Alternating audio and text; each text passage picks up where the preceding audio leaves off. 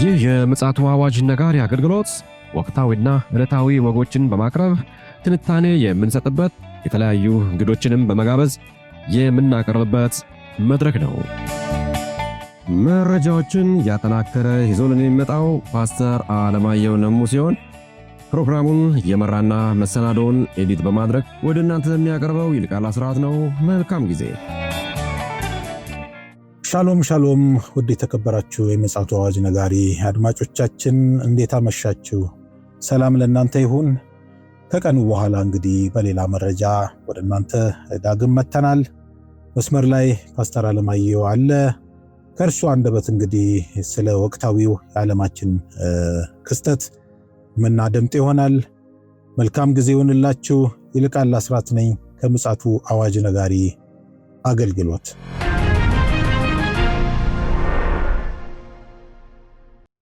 ውድ አድማጮቻችን ቀን ላይ አንድ መረጃ አጋርተን ነበረ። ምናልባት ያመለጣችሁ ወገኖች ካላችሁ ቻናላችን ላይ የገባችሁ ከዚህ በፊትም ያቀረብናቸውንም ይሁን ቀን ላይ ያቀረብነውን መረጃ እንድታደምጡ እናሳስባለን። እንግዲህ ዓለማችን በከፍተኛ ውጥንቅጥ ውስጥ እየገባች ያለ ይመስላል። አንዳንድ እንግዲህ ተስፋ ሰጪ የሚመስሉ ነገሮች ይደመጣሉ። ነገር ግን እነዚህ ዘለቄታነታቸው ምን ያህል ነው የሚለውን እንግዲህ እየገመገምን ከፓስተር ጋር እንወያይበታለን። አሁን ግን ይዞልን ወደ መጣው መረጃ ከማምራታችን በፊት በሰላምታ እንጀምራለን። ሰላም ላንተ ይሁን ፓስተር፣ እንዴት አመሸ?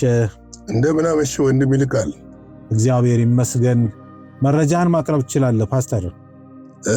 እንግዲህ ቀን ላይ እንዳልኩ አንዳንድ ጭምጭምታዎች አሉ።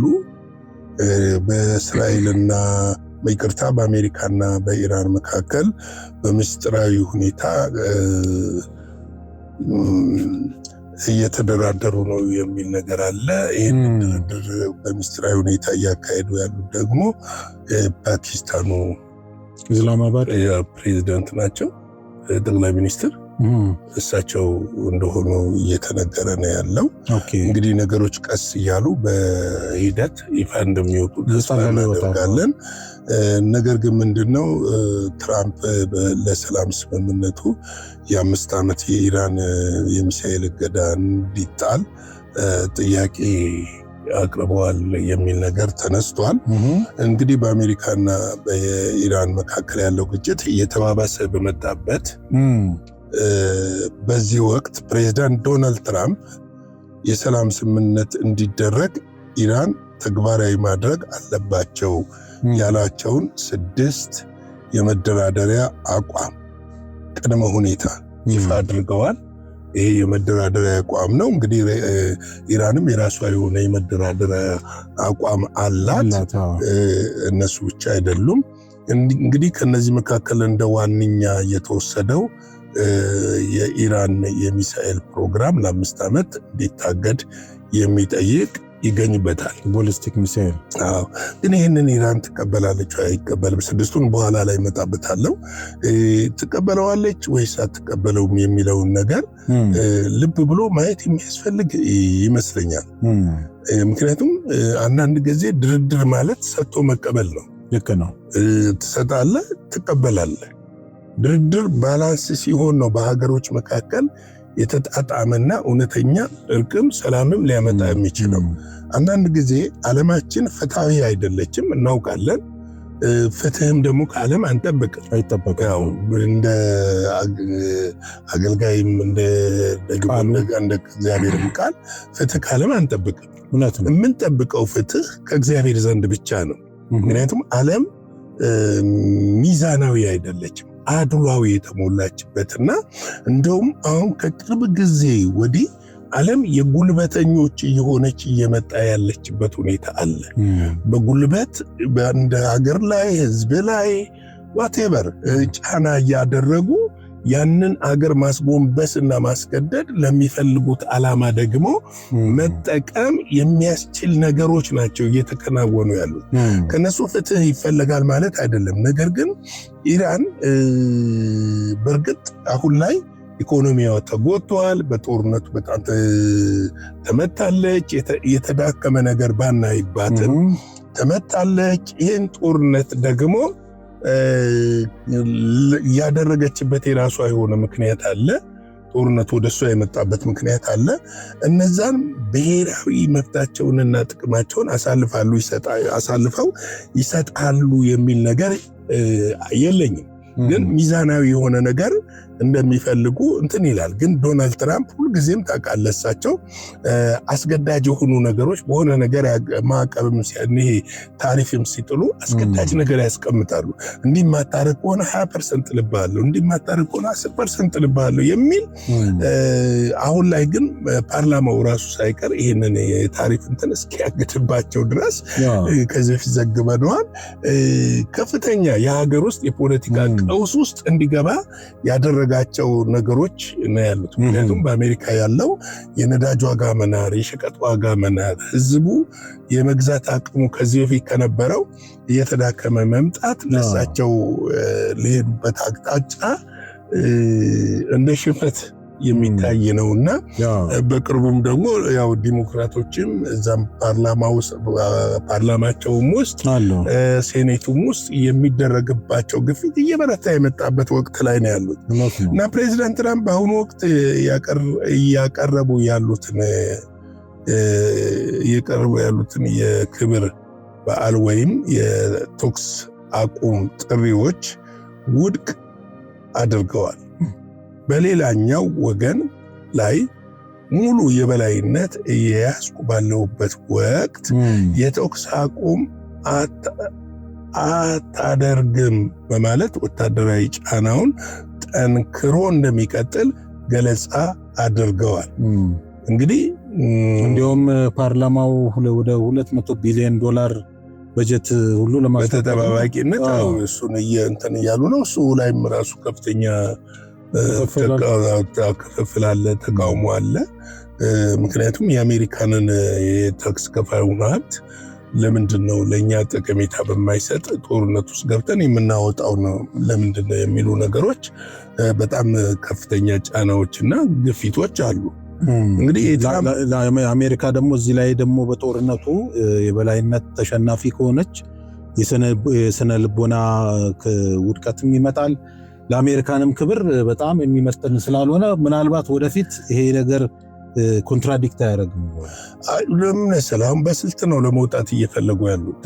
አሁን እንግዲህ ከኢራኖች እስካሁን ድርድሩ እንደተፈለገ አድርገው እየተናገሩ አይደለም። ድርድሩን እኛ ላይ ተናግረን ከዛም በኋላ የሚወጡ መረጃዎች ድርድር እንደሌሉ ናቸው። እንደውም ላንሳልህ በኋላ ላይ ያነሳዋለሁ ብዬ ነበረ።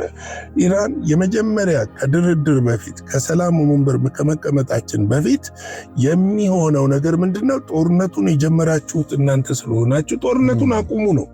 አሁን እሳቸው እኮ ጦርነቱን አናቆምም፣ የበላይነት እየወሰድን እያለን ጦርነትን እንዴት ነው የምናቆመው ነው። በእርግጥስ የበላይነት ወስደዋል ወይ? ኢራንን ማውደም አንድ ነገር ነው። መሰረተ ልማቶችን መምታት፣ የነዳጅ እንትኖችን መምታት፣ ወታደራዊ ተቋሞችን መምታት አንድ ነገር ነው። ልክ ነህ እኮ ፓስተር። ኢራን ተንበርክካለች ወይ? አሁን ሁለቱም ጋር ኢጎ አለ። አሁን ሮይተርስ የዘገበው ዘገባ ደግሞ አለ፣ ከሮይተርስ የተገኘ ምንጭ ነውና አሁን ቅድም የተናገርከው የኢስላማባዱ የፓኪስታኑ ስማቸው እንዳይጠቀስ የተፈለገ ትልቅ ባለስልጣን የሚባሉ በደም ክሊር አድርገው ነው የተናገሩት። ውስጥ ለውስጥ በደም እየተግባቡ ነው፣ ድርድሩ በሰላም እየሄደ ነው የሚልም ኢንፎርሜሽን ተናግረዋል። በአንጻሩ ደግሞ እስራኤል ውስጥ ያለ አንድ ለጊዜው ስሙን የዘነጋሁት ጋዜጣ ይሄ ኢራን በአሁኑ ሰዓት መሪዋ በጉልህ አይታወቅም፣ ነገር ግን ይህን ነገር በበላይ እያስኬዱ ያሉት ከሞቱት የተረፉ አንድ አፈ ጉባኤ አሉ። እሳቸው የዚህ የሪፐብሊካን ጋርድ ትልቅ አዛዥ ናቸውና ከእሳቸው ጋር ነው ድርድሩ እየተካሄደ ያለው የሚልም ኢንፎርሜሽን አውጥተዋል። እሱ ምንድነው መሰለህ አሁን የእስራኤሉ ጠቅላይ ሚኒስትር ተናግረዋል ስለ ድርድሩ። እንደው በኋላ ላይ ያከል እናደርገዋለን ስለ ድርድሩ። ግን አሁን የድርድሩ ከአንድ ወገን ብቻ ነው ድምፅ እየተሰማ ያለውና ከሌላኛው ወገን ድምፅ እየተሰማ አይደለም ያለው። ደግሞ ድርድሩ የተገባው አስገዳጅ ሁኔታ አስቀምጠህ እየተገባ ያለው።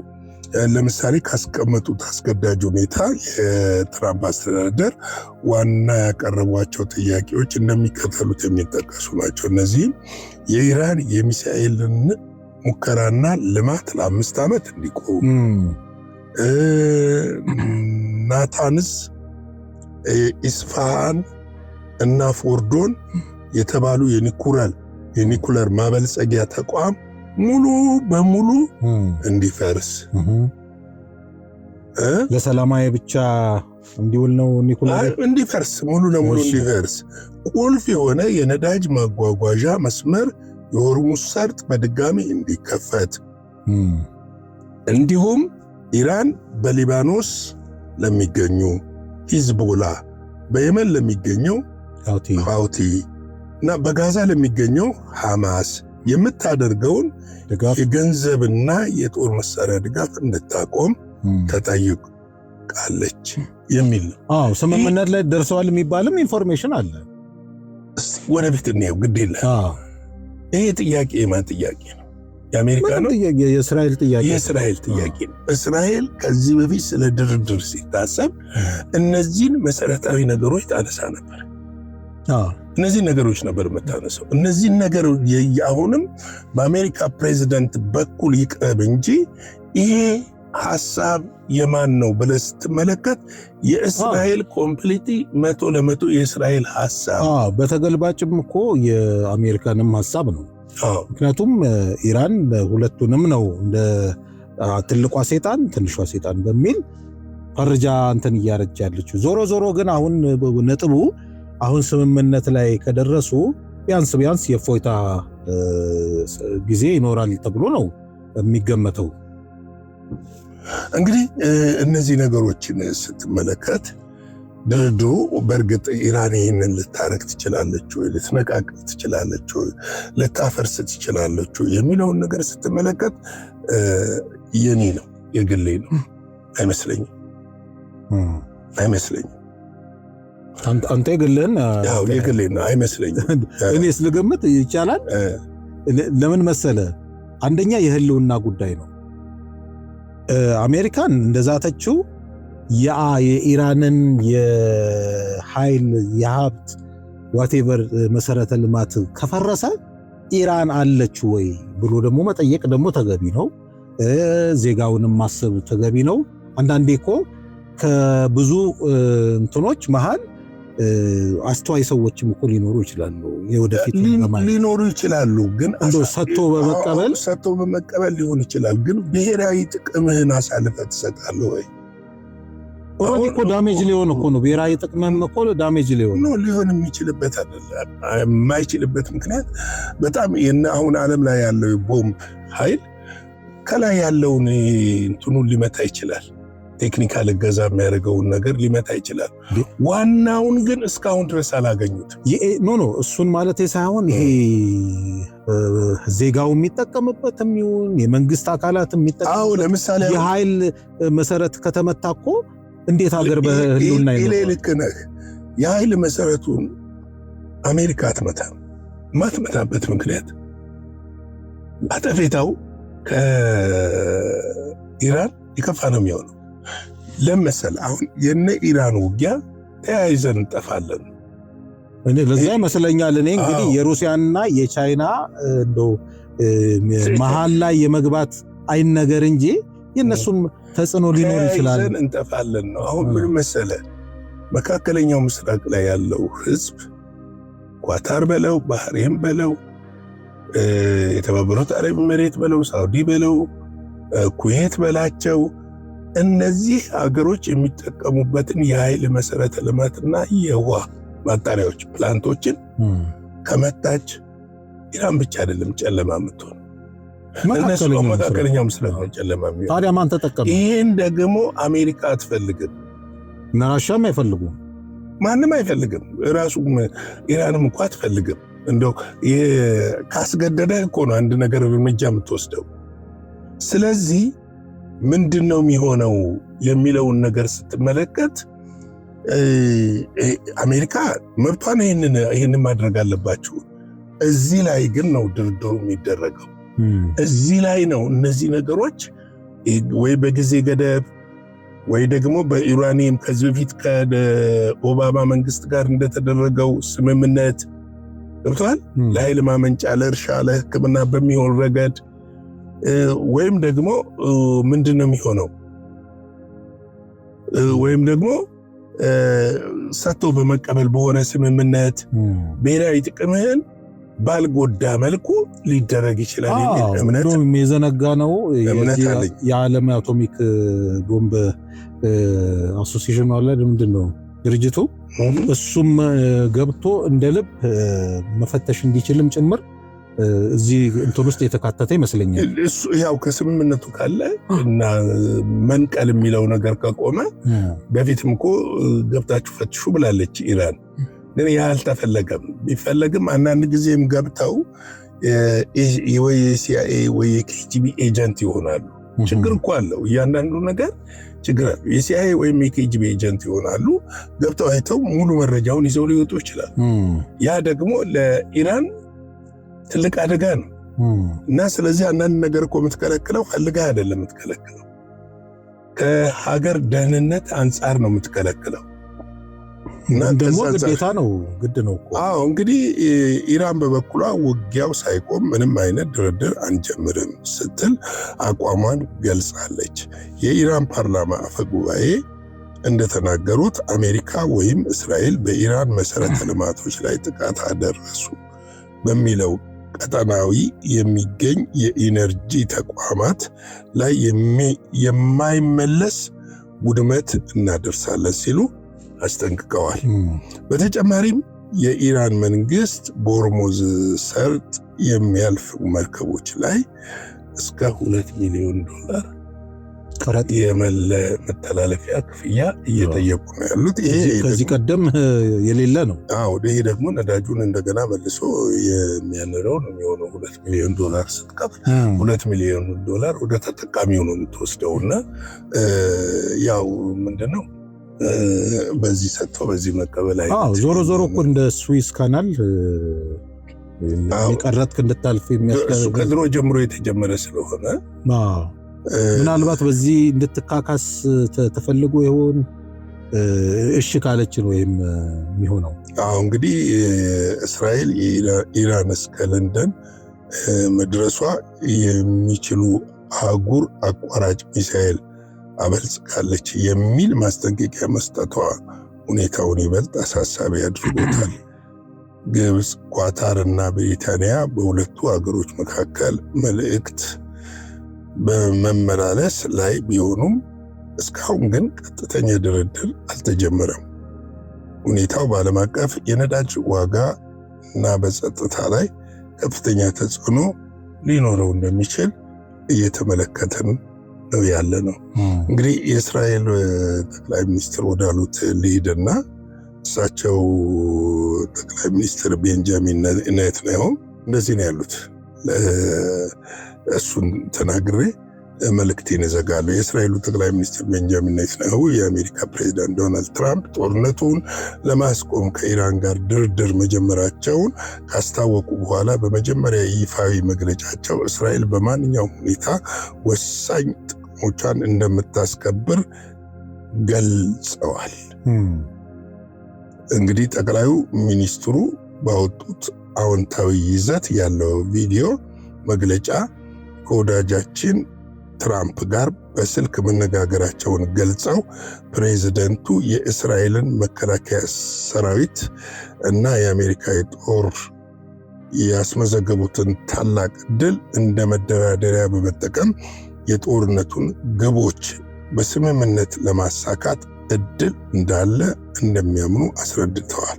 ኔታንያሁ አክለው ይህንን ሊደርስበት የታሰበ ስምምነት የእስራኤል ብሔራዊ ጥቅም የሚያስጠብቅ መሆኑን ትራምፕ አረጋግጠውላቸዋል። እንግዲህ እስራኤል አየህ ከብሔራዊ ጥቅም ነው እነዚህ ጥያቄዎች ቅድም ያነሱት 6 ነገሮች የአሜሪካ አይደለም ያልኩበት ምክንያት ይሄ ነው። እሳቸው በሰጡት ጋዜጣዊ መግለጫ ላይ የተናገሩት ነገር ምንድነው? ድርድሩን እንደሚደግፉ ነው፣ ግን የእስራኤልን ብሔራዊ ጥቅምና ደህንነት አንድነት ደህንነት ያስጠበቀና ያስከበረ መሆን አለበት ብለው ያምናሉ። ካልሆነም ደግሞ በራሳቸው መንገድ ያንን ደህንነታችንንና ብሔራዊ ጥቅማችንን እናስከብራለን የሚል ነገር ነው ያሉት እና ዶናልድ ትራምፕ ደግሞ የእስራኤልን ብሔራዊ ጥቅም በማይነካ መልኩና በሚያስከብር መልኩ እንደሆነ ገልጸውልኛል ነው እያሉ ያሉት። እነዚህ ነገሮች ስትመለከታቸው ጦርነቱ ከአሜሪካ ጋር ቢቆም ከእስራኤል ጋር ሊቀጥል የሚችልበት ሁኔታዎች ሊኖሩ ይችላሉ ማለት ነው። እንደው አክለ እንደው አያይዘ እንደው መዝጊያ ስለሆነ ስለ አደራዳሪዎቹ ወይ ደግሞ ስለ ተደራዳሪዎቹ አላነሳንም። እዚህ ጋር ዛሬም ውስጥ እየተደራደሩ ያሉት ዊስኮቭ እና ጀራርድ ኮሽነር አለና አሁን ይሄ ነገር እንደው ተሳክቶ እንደው ተሳካ ብንል የነዚህ ሰዎች የድርድር አቅም ታክሎበት መጪውን ጊዜ አያመላክትም ወይ? ምንድነው መሰለ አሁን ላይ ድርድሩ ይሳካል አይሳካም ወደፊት ነው ፕሬዲክት ማድረጉ ብዙም አያስኬደንም። ነገር ግን አንድ ትልቅ ያወቅነው ነገር ምንድነው? አሜሪካ ከዚህ ጦርነት ውስጥ የመውጣት ፍላጎት እንዳላት ለመመልከት ችለናል። ነገር ግን እነዚህ አደራዳሪዎች ሙሉ ለሙሉ የእስራኤልን ጥቅም አስከብረው ይወጣሉ ወይ የሚለው ነገር አይመስለኝም። ምክንያቱም ኢራንም በቀላሉ እጅ የምትሰጥና ብሔራዊ ጥቅሟን አሳልፋ የምትሰጥ አይደለችም። ነገር ግን ምናልባትም ወደሚቀጥለው የትንቢት ምዕራፍ እንዳይሻገር ስጋት አለኝ። ኢየሩሳሌም የመከበብ ሁኔታ እንዳይመጣ። ምክንያቱም ባለፈው ከቱርክ ጋር ያለው አታካራና ንትርክ ትንሽ አስፈሪ መልክ አለው። እያደገ የመጣ ነው። የግብፅ ወታደራዊ ጡንቻ መፈርጠም ኔታንያሁ እንዳሳሰባቸው ከዚህ በፊት በደህንነት ስብሰባው ላይ አንስተዋል እና በትኩረት እየተከታተሉ እንደሆነ አንዳንድ የፓርላማ አባላትም ዘ ኔክስት ኢራን ቱርክ ናት እያሉ ነው እና ይሄ ነገር ወደ ለየለት ነገር ምናልባትም ደግሞ ወደ ባሰ ነገር ሊሄድ ይችላል። ምናልባትም ጊዜያዊ የሆነ መርገብ እንደው ፍጹም ሰላም ባንልም የመርገብ የጊዜ ጉዳይ መርገብና ጊዜ ለመግዛት የሚደረጉ ስምምነቶች ሊኖሩ ይችላሉ ብዬ አስባለሁ። ስለዚህ እነዚህ ነገሮች እንግዲህ እያየን ያለነው ዓለማችን በኢኮኖሚም በማህበራዊው በጦርነቱ ምስቅልቅሎ እየወጣ ነው። ይሄ ደግሞ ለሐሰተኛው ክርስቶስ መምጣት በደጅ መሆን ምልክት የሚያሳየን ነገር ስለሆነ ቤተክርስቲያን በተለይም ደግሞ ነቅታ ህዝቧን ማዘጋጀት አለባት ብዬ አስባለሁ። ቅዱሳንም በእግዚአብሔር ፊት መጸለይና ከእግዚአብሔር ጋር መጣበቅ አለብን ብዬ አስባለሁ። የጌታ ሰላም ጸጋ ከሁላችሁ ጋር ይሁን። መልካም ምሽት። እግዚአብሔር አብስቶ ይባርክ ፓስተር። አዎ እንግዲህ ያለን እንደ ክርስቲያን ወይም ደግሞ እንደ ዳግም እንደተወለደ ሰው ያለን ምርጫ አንድና አንድ ነው። እሱም በእግዚአብሔር ፊት መሆንና የዓለማችን ሰላም ያው ሊሆን ያለው ግድ ነው ይሆናል።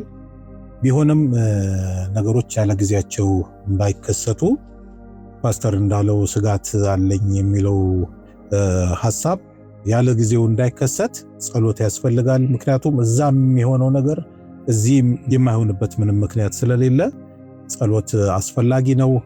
እንግዲህ ምን ያህሎቹ አብያተ ክርስቲያናት በዚህ አቅጣጫ ላይ እንደተንቀሳቀሱ አይታወቅም። እንግዲህ ካለም በኮሜንት ላይ ልታደርጉልን ትችላላችሁ። ቢሆንም እንድታስቡበት ያው ሁሌ እናንተ እንደምናስታውስ ያው ዛሬም ልናስታውሳችሁ እንወዳለን። እንግዲህ ውድ አድማጮቻችን ለዛሬ ማክሰኞ ምሽት ይዘን የመጣነው መረጃ ይህን ይመስላል።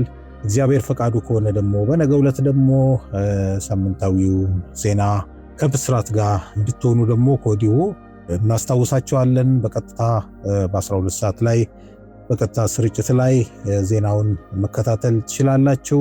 እጅግ ትኩስ የሆኑ መረጃዎች እዛ ላይ ታደምጣላችሁ።